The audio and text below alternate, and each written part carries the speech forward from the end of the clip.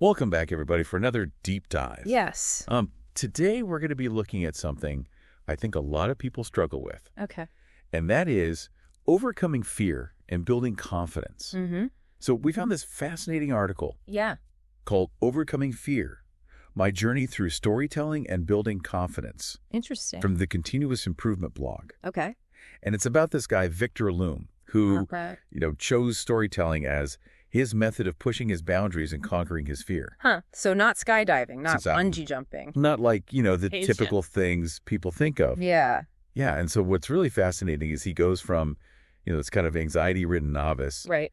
to someone who's pretty comfortable on stage. Okay. And he really connects that journey to boosting his confidence, not just on stage, but also off stage. Yeah. That's really cool, like that ripple effect of facing your fears in one area and how that can translate to other areas of your life. Absolutely. And so Victor really vividly describes this first storytelling experience Okay. with the pre-show jitters and him eyeing the emergency exit. Oh, gosh. And the fear of just completely bombing. Yeah. I bet we've all been there at some point or another. Right. Have you experienced that kind of heart racing anxiety before a big event? Oh, absolutely. Like that fight or flight response kicks in. Oh, yeah. Our brains are like, wait a minute, this public speaking thing, this is a threat. Yeah. And then all of a sudden your heart's racing, you're sweating, your palms are getting clammy. Right. And it's interesting. His mentor actually recommended storytelling to him to help him with his sales career.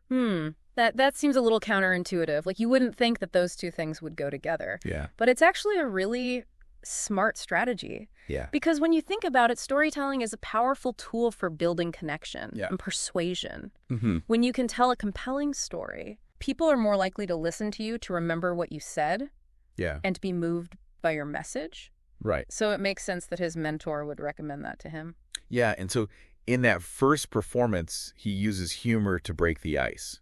Okay. Like he makes this joke about his cooking Okay. being so bad that even his egg fried rice complains. Oh, wow. And you can almost hear those initial chuckles from the audience, giving him that boost of confidence. Yeah, for sure. So you keep going. Starting strong, Yeah.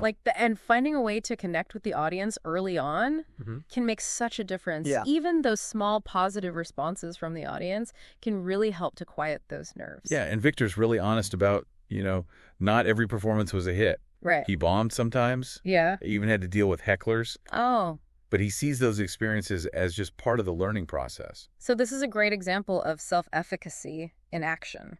Right. It's not about being perfect. It's about believing in your ability to learn and grow from those setbacks. Okay. So Victor's willingness to embrace the discomfort and to keep going even when it's tough Right. is a key part of his growth. Yeah. And he develops this metric for success. Oh, really? It's laughs per minute. That's interesting. Yeah. So he's like turning fear into a game Right. by tracking his progress and identifying areas for improvement. Exactly. And he says that, true confidence isn't about arrogance or being perfect. Right. It's about having a realistic understanding of your strengths and weaknesses. Okay. And believing in your ability to handle challenges. And Victor links confidence to both self-efficacy and self-worth. So what's the difference between those two? That's a great question. They seem interconnected, but I'm not sure I really understand. So self-efficacy is your belief in your ability to achieve something. Okay. It's that I can do it muscle. Okay. The more you use it, the stronger it gets. Every time you step out of your comfort zone, you're essentially giving that muscle a workout. Okay. Self-worth, on the other hand, Yeah. is about your belief in your inherent value as a person, Okay. regardless of your accomplishments. So for Victor, stepping onto that stage for the first time Yeah. wasn't just about conquering stage fright. Right. It was about building that I can do it muscle. Exactly. Okay. It was about embracing the discomfort, confronting his fear head on, Yeah. and learning from both the successes and the failures. Right. And he really emphasizes that the path to confidence isn't always easy or straightforward, Nope. but it's a journey worth taking. Absolutely. And not just for your career, Yeah. but for your relationships, your overall well-being. So Victor's journey involved storytelling. Right. But what about the rest of us? Well, that's where things get really interesting. Okay. We don't all have to start with something as daunting as public speaking. Okay. The key is to identify what feels like a stretch for you. So find that sweet spot Exactly. where you're that. challenged, but not completely overwhelmed. Yes. Okay. That's where the real growth happens. And if we connect this back to the bigger picture, Yeah.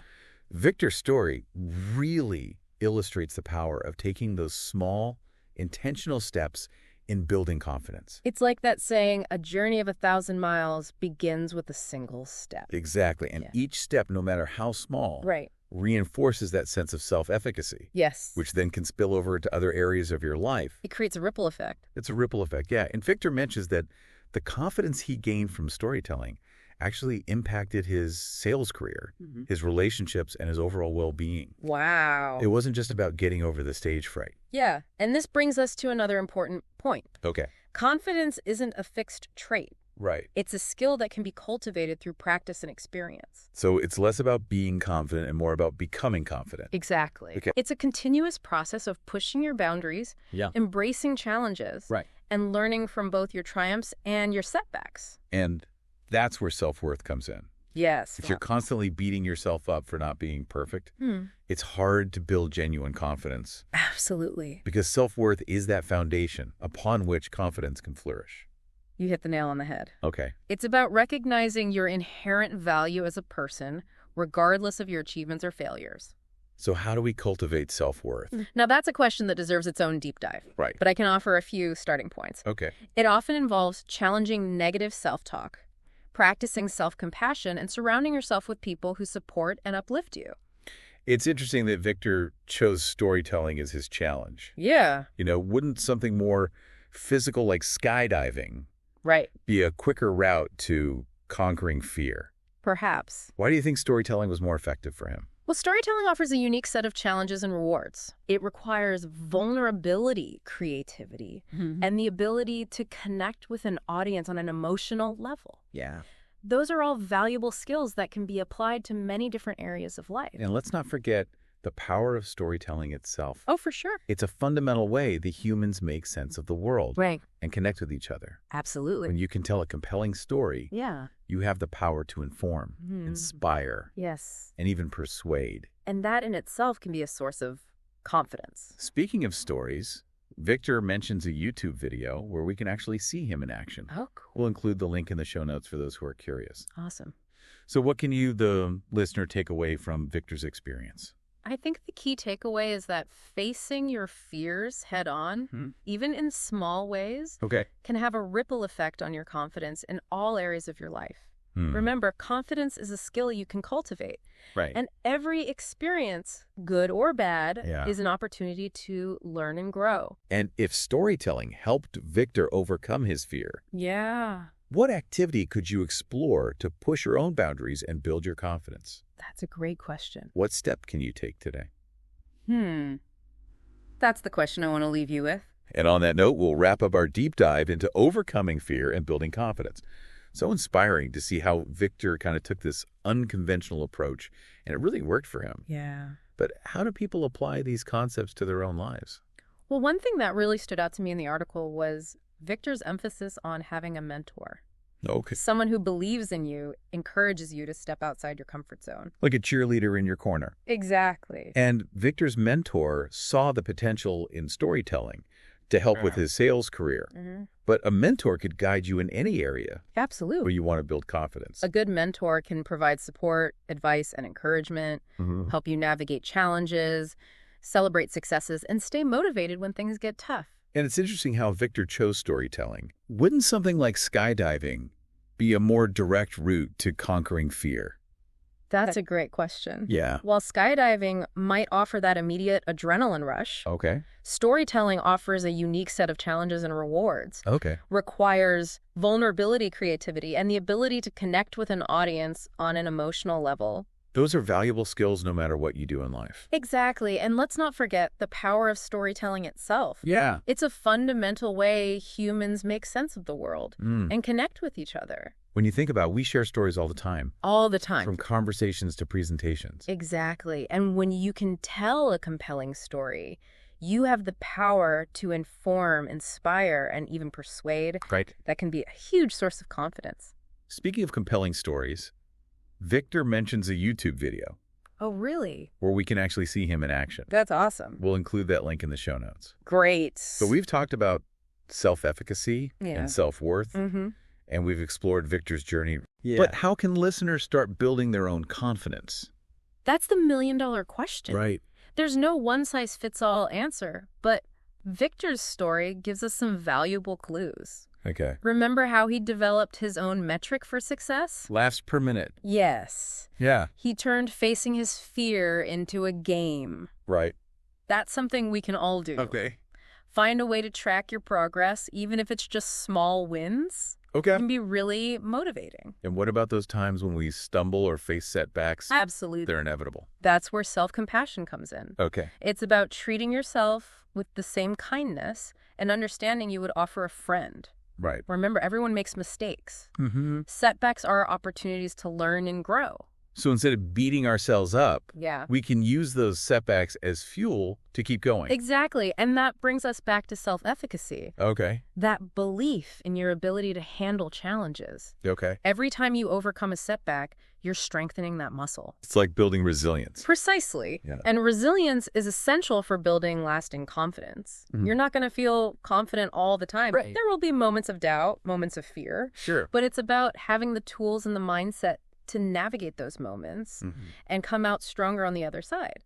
So what's one key piece of advice for someone feeling stuck or unsure how to start building their confidence? Start small. Okay. Identify one small step you can take today to push yourself outside of your comfort zone. Maybe it's signing up for that art class you've been thinking about. Right. Or maybe it's volunteering for a presentation at work. Okay. Doesn't have to be something huge. Right. The important thing is to take action and start building that momentum.